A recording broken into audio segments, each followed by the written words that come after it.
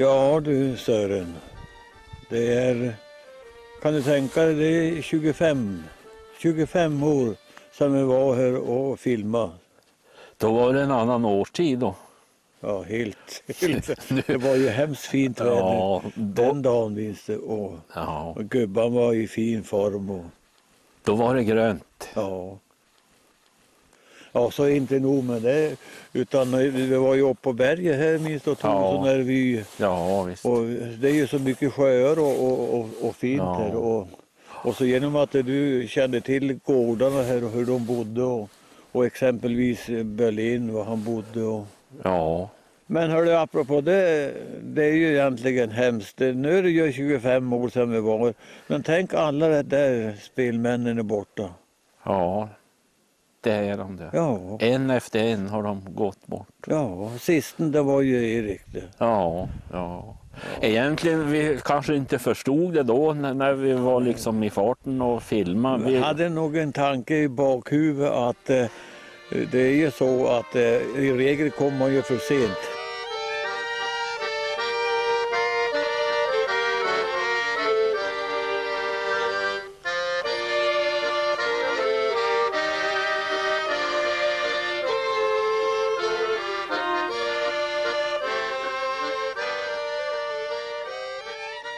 Ja, jo det är alltid så det. Ja, man skulle gå och prata om den där och om det är något man vill. Ja, man väntar väl. Ja, så rätt vad det är så. Ja. Men det är ju inte bara liksom gubban där utan det är ju musiken de spelar. Egentligen var orsaken till varför vi spelade in här på Långsjönäs, det är ju för att det har varit så mycket musik här. Berlins och Nygrens och Westbergs och Backman. Ja, visst. I varenda gård egentligen. Ja, men det var väl bara så att det fanns ju ingen tv och kanske ingen radio eller någonting. Nej. Utan, ja...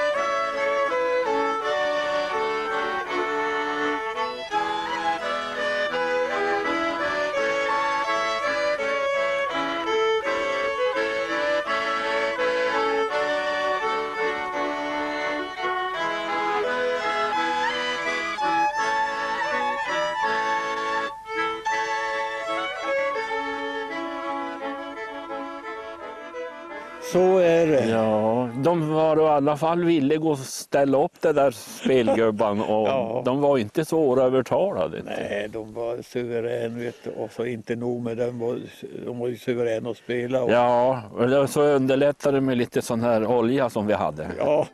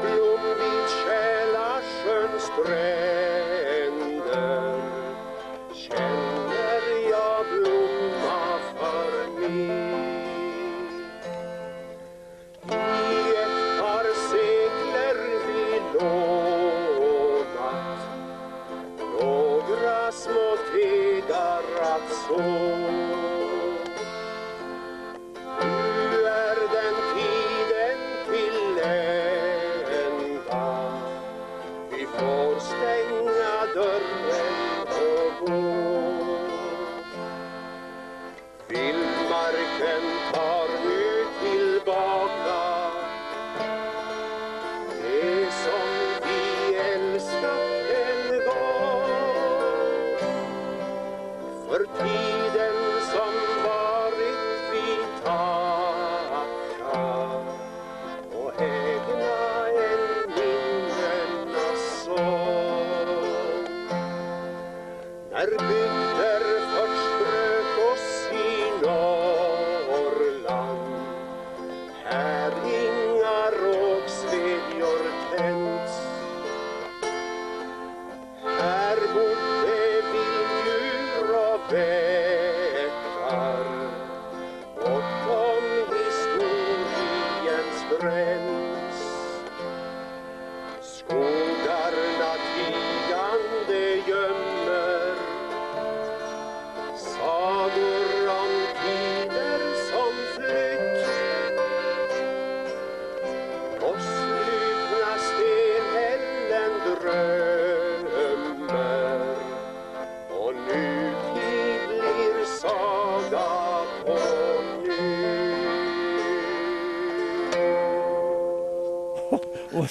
Men sen en annan sak, vet du, när man studerar dem, och särskilt den här Halvarsson.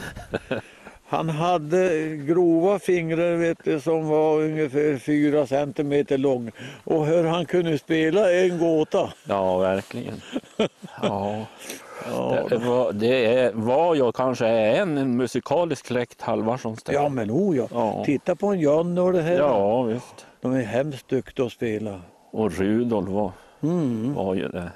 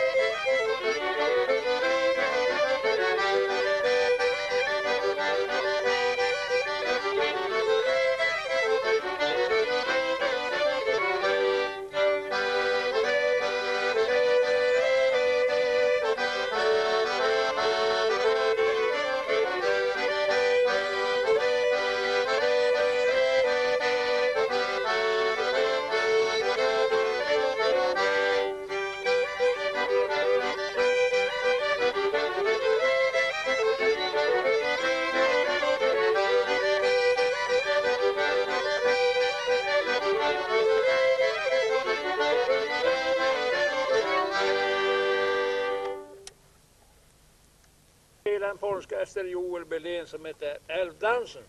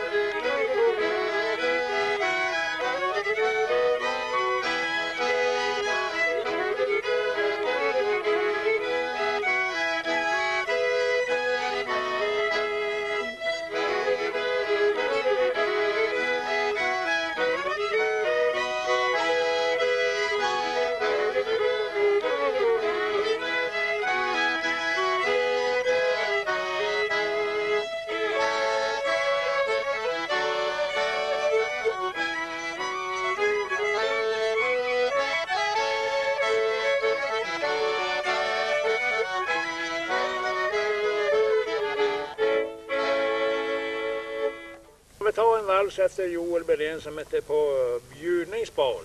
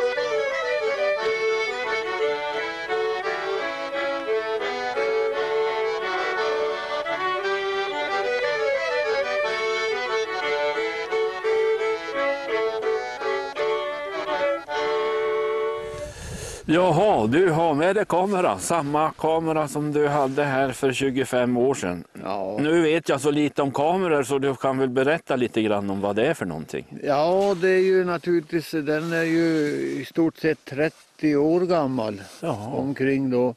Så att då var det ju de här stora kassetterna emot för de som finns idag. Jaha. Men samtidigt då så är det ju en stabil och lite tyngd i den så att man behöver inte vara rädd att man vibrerar och skakar utan så att det är en fin grej. Jag har tagit hemskt mycket filmer med den. Ja. Visst. När vi spelade in filmen så tog ju batteri slut. Ja, just det. Ja, så kan det bli. Ja, jag hade telefon i bilen redan då genom jobbet så att då ringde vi till en kompis till det som hade samma, lika kamera. Ja, precis det. Och så jag for emot han och så träffade sig på halva vägen och fick ett nyladdat batteri. Det löste sig. Ja, då. Jag brukar göra det. Då kan man fråga sig hur gammal den här skogsbyn är. Och troligen så var den befolkad under 1700-talet. Det finns liksom två versioner om hur det uppstod någon bebyggelse här. Det ena är att det var finnan som invandrade hit och slog sig ner här. Och en annan version är att det har varit fäbodvall under Ysteråsen. För upp på Nygrens gård, där säger de ska finnas några stenar kvar efter i fäbodstugan som har tillhört Österåsen. Ja, då var det i stort sett befolkat här under 200 år och sista personerna som bodde här, det var en Anselm och en Erik Westberg och de flyttade härifrån 1974.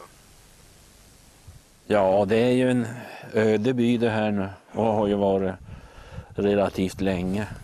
Ja, var inte det, du sa att det var inte 5 gårdar här när det var som mest? Jo, man har sagt att det var 5 gårdar som mest och det har jag liksom baserat på vad folk har sagt. Så att, muntlig tradition. Ja, men det är ju märkligt i alla fall när folk flyttar. Så du kan ju tänka dig då närmaste, om vi kallar det för tätort, Ja. då så flyttar de hit. Det är ju flera mil. Ja, till någon bebyggelse att tala om så är det ju Korsemoan och dit är det väl dryga milen i alla fall. Ja, det var väl ingen affär på Korsemoan? Nej. Utan på den tiden det var fullrörsar, då handlar de egentligen i Hårsjö och så fanns det faktiskt en affär nere vid Bosåga. Ja, just det. Nu var det ju så lustigt, förstår du, att det finns ju en stig nere från Nybodarna som går hit till sjön, stugan som bor här på, vad heter det, Östermörtsjön. Jaha. Där Lidström. Ja, just det. Ja, då går en stig ända hemifrån och hit. Ja, det gör det. Ja. Det var ju där han bar mjölsäcken. Ja, och så landsänga. Ja, han låg över. Det här platsen heter ju Mörtsjö-Ollesänga än idag. Ja, jamensan. Han bar en mjölsäck ifrån handlar Jonsson på Västeråsen. Över skogen och till Mörtsjön.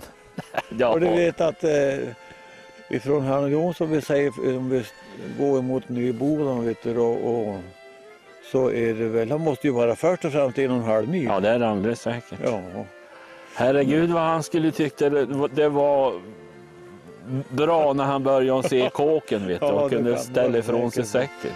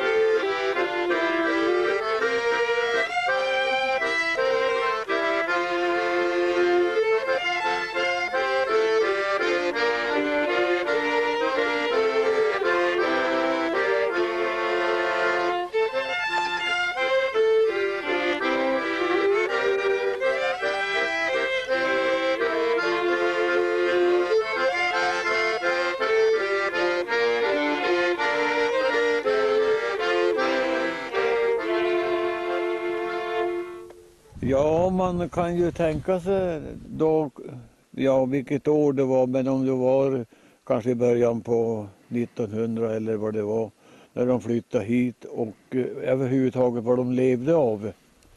Och då förstår man ju att det var ju den här platsen då som låg emellan då vattnet här, det fanns fisk och de jagade naturligtvis både älg och allt annat, och så tillkom ju det här sen de byggde den här rännan när de flottade ner i Lindalsälven.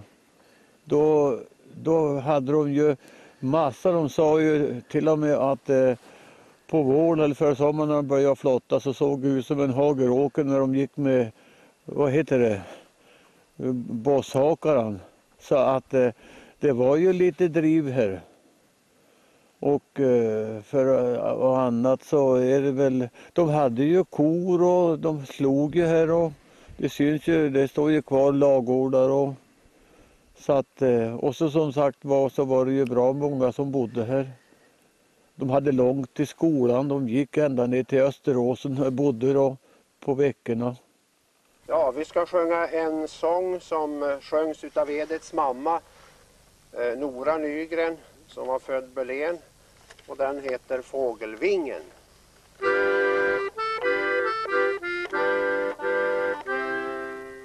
Sjung du lilla fågel, höj din sång.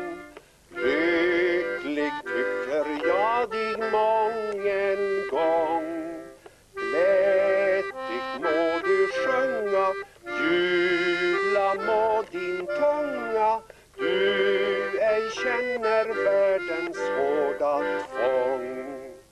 Snabbt du över himla rymden far. Lycklig, lycklig du som vingar har. Men på längtans vingar ingen bort sig svingar.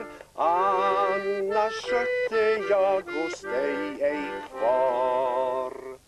Fjärran är mitt hjärtas lilla vän.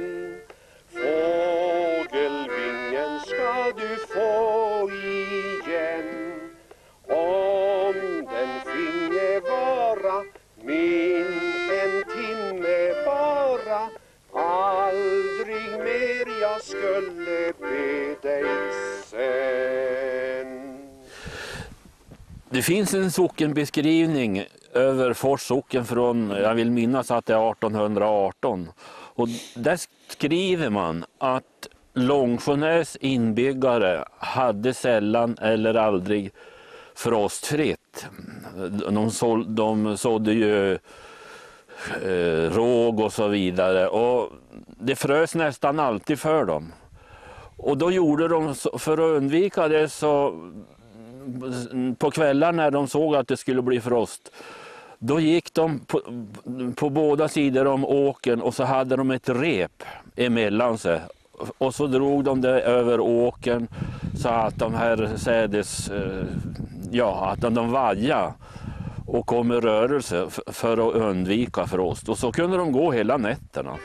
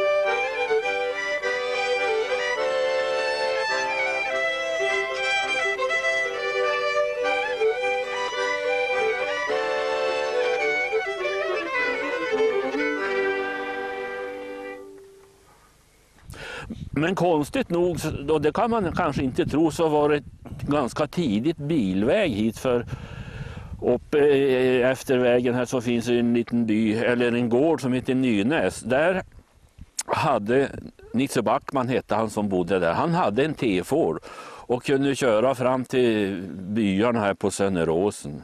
Han var hämta prästen en gång och så hämtade han upp en tant som heter Josefina. Och då skulle han svänga upp mot gården Nynäs, alltså 90 graders vinkel. Och det bars inte bättre att han hamnade i diket. Och då sa han efteråt att ja, det där har ju gått bra om det inte har varit för Josefinas stora fötter.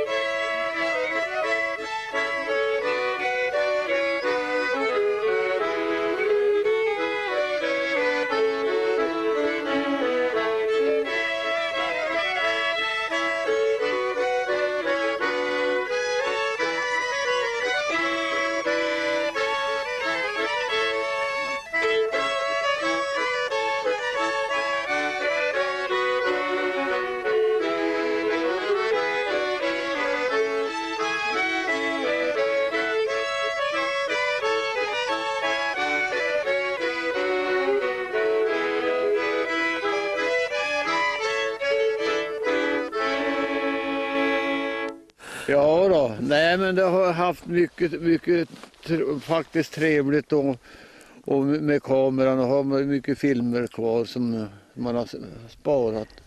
Ljudet. Va? När du spelade in, det var så bra ljud. Ja just det. Jo, jag fick ju väldigt beröm för ljudet faktiskt. Och ja, jag måste säga av någon anledning, men jag använde faktiskt 3 stycken mikrofoner. Och de jobbar bra tillsammans. Så att det blev faktiskt filemangs. Ni spelar så fint så jag tror Herta har rocken. Ja, Arne Edholm sa ju en gång att de spelar som man vet inte om man har frödd sig eller bränt sig. Har du varit med fransman då? Ja, jag var ju en professor, Henry Marteau, han var ju mycket berömd solist på fiol och han spelade ju en gång, jag vet inte om det var i Farskyrka, och det var en vångubbe som kom fram och skulle berömma han för hans utsökta spel. Och då sa han, du spelar kär så jag tror man får din sjuka. Ja, det var högsta beröm det.